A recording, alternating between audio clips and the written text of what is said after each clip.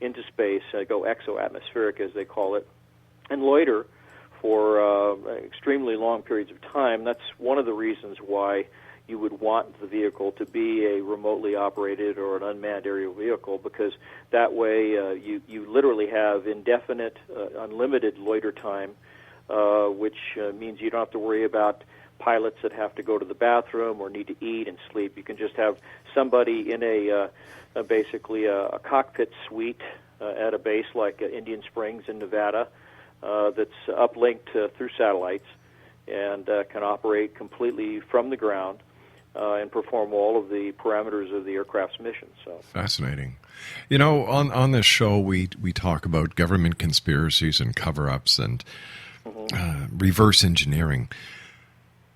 I have a hard time believing that with what you talk about, with what the people from different aerospace engineering corporations that we've had on the show, the people from NASA that we've had on the show, and the people from the military that we've had on the show, I have a hard time believing that UFOs have crashed, the engines have been reverse engineered, and this is where we're getting the technology of today from. I have a hard time with that. What is your opinion as someone who's in the industry? There's a couple of ways you can look at this particular idea, and that is, one, is there life elsewhere in the universe? Mm-hmm. And probably the simplest way to approach that question is to look at the other stars around us and to see from spectrographic data that the structure of those stars, the kinds of things in terms of the space dust, if you will, that's floating around these stars, has a lot of the same kinds of materials that we have here. So one can imagine that if given enough time, that life could develop on these planets and maybe even get to the point where it was sentient and thinking up ways of getting out into space like we have been for many years. In terms of the physics of being able to go from one place to another, naturally you're talking about some pretty exotic technology, and you have to understand how the systems work and how they essentially do a workaround on all of the limitations that Einstein and other geniuses pretty much stipulated that we would have to confront if we were ever going to make it to the nearest star. First and foremost is an energy that's embedded in the fabric of space-time that's responsible for mass and inertia. It's the underlying cause for gravity itself. And so if you understand what this energy is and you understand how to tap into that energy, not only do you have a tremendous resource in terms of alternative energy production that doesn't have some of the negative byproducts like fossil fuels do. Right. There are some radioactive and radioisotopic considerations for that particular kind of thing. But if you are able to tap into that energy and do it in just the right way, you can essentially reduce the mass of your vehicle, so the idea of accelerating up to and beyond the speed of light actually becomes a possibility, because instead of seeing an increase in your mass as you accelerate through space-time, all of the energy that would be responsible for that increase in mass is actually converted to propulsive force. So energy is conserved, and you can actually break the light speed barrier. And in fact, I'm positive that someone in the aerospace industry has accomplished this, and that there's probably an awful lot of people nervously fidgeting as they're listening to me talk about this, because the technology does exist, and it's only a matter of time before some of the other countries around the world figure it out for themselves. But what happens if Einstein only had part of the formula right? And that's exactly the point, is that Einstein, in spite of his tremendous genius, kind of gave us a clue right in the middle of it all. And that was when he talked about the idea that the faster you go and the closer you come to the speed of light, that your mass begins to increase. And as it increases, the closer you get to the speed of light, it becomes almost infinite.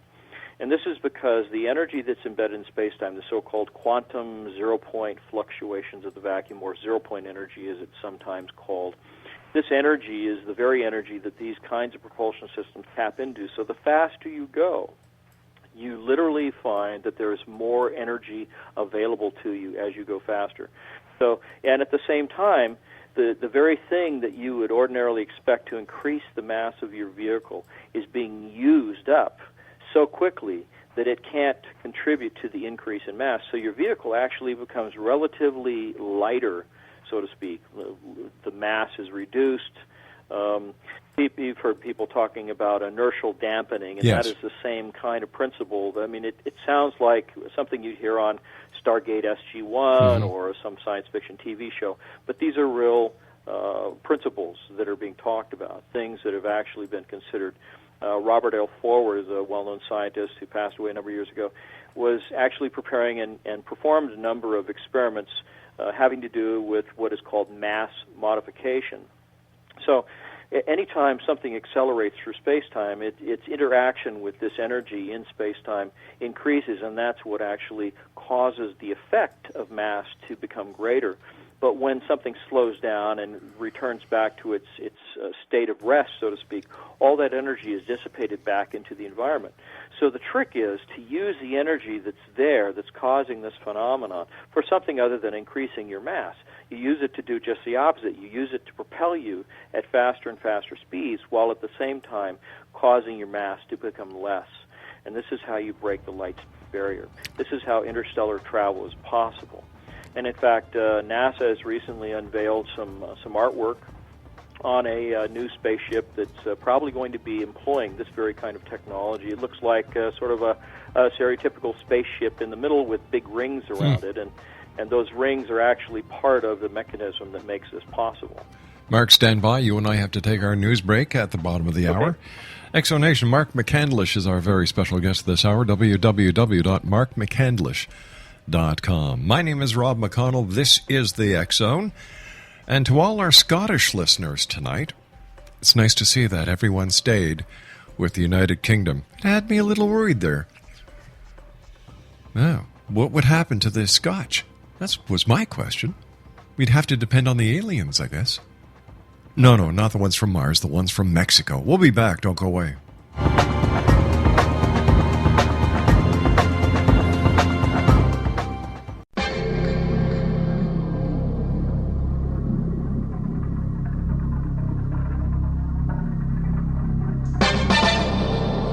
Hi, this is Rob McConnell, just letting you know that the X Chronicles newspaper is now available online at www.xzonebookclub.com. All past editions and current editions of the X Chronicles newspaper are available for 99 cents. That's www.xzonebookclub.com, and that's 99 cents U.S. per edition. And don't forget, the X Zone store is now open as well for all of your X Zone Nation merchandise. www.thexzonestore.com.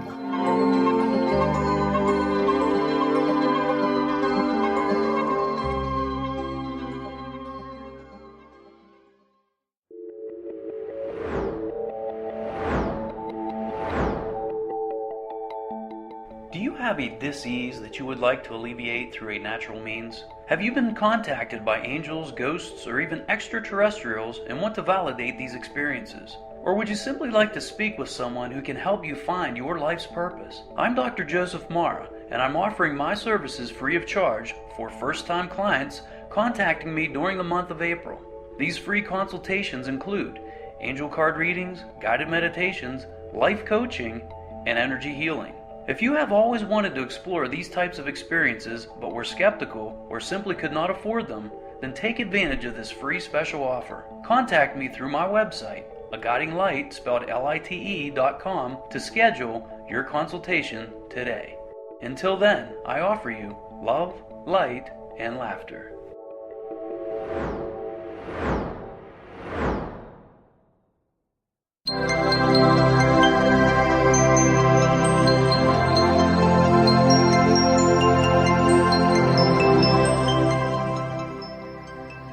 This is Elizabeth Joyce with Stargazing Week of September 15th through the 21st. This week brings abundant social opportunities, and you feel a bit talkative. Talk to a wide variety of people, but don't believe everything you hear. It's a good time to explore numerous ideas, projects, and philosophies, but know that not all of them will come down to earth for you. There isn't much to say about this week, except that it will be pleasant. Expect invitations, travel, and meeting new people. With this overflow of advantageous energy, the week invites you to set your intentions on hope and satisfaction.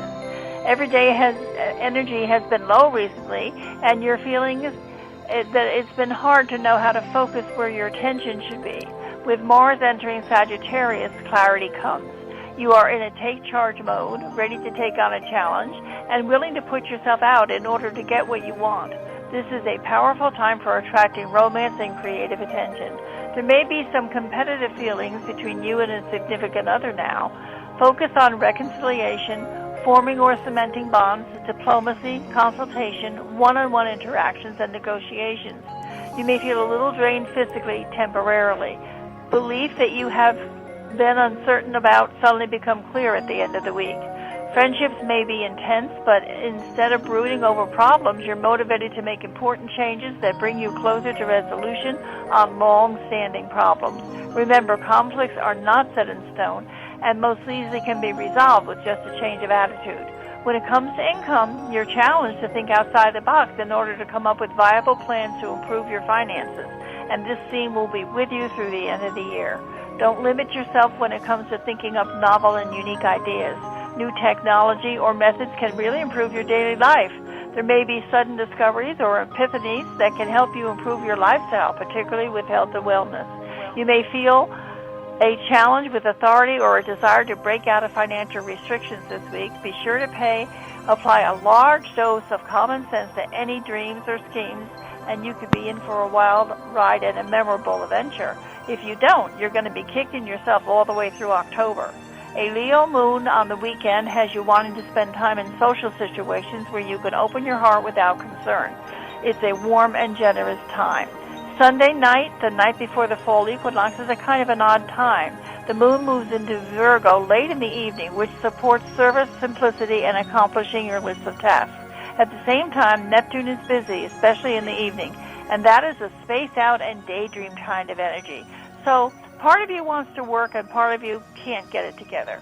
Watch a movie Sunday evening. That's a Neptune activity. Enjoy. And for more information, Exonation, you can visit Elizabeth Joyce's website at www.new-visions.com. Mark McCandlish is our special guest this hour, www.markmccandlish.com.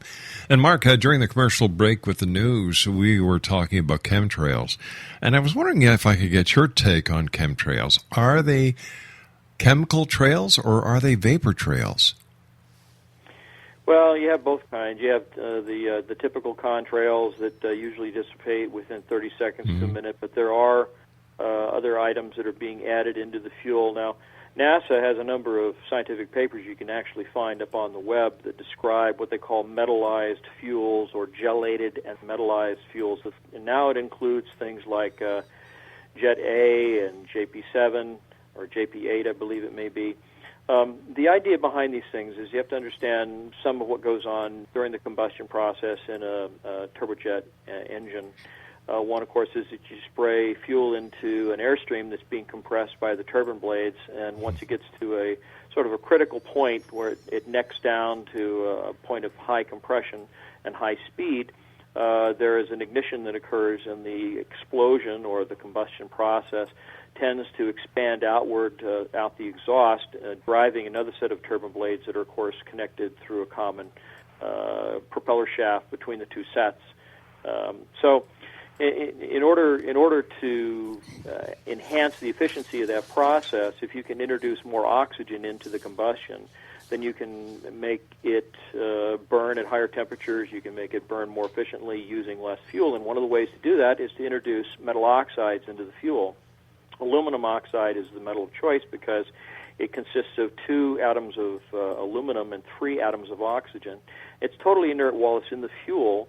And of course, if you understand that the higher you go in altitude, the thinner the air is, if you can include part of your oxygen supply right in the fuel itself, it means that not only you can go higher where the air is thinner and where it provides less frictional resistance against the passage of the aircraft, but it also allows you to have a more complete combustion of the fuel. So theoretically, at least, to degree, you're creating less pollution because you're burning more of the fuel efficiently by introducing these oxides. The problem is that the aluminum oxide residue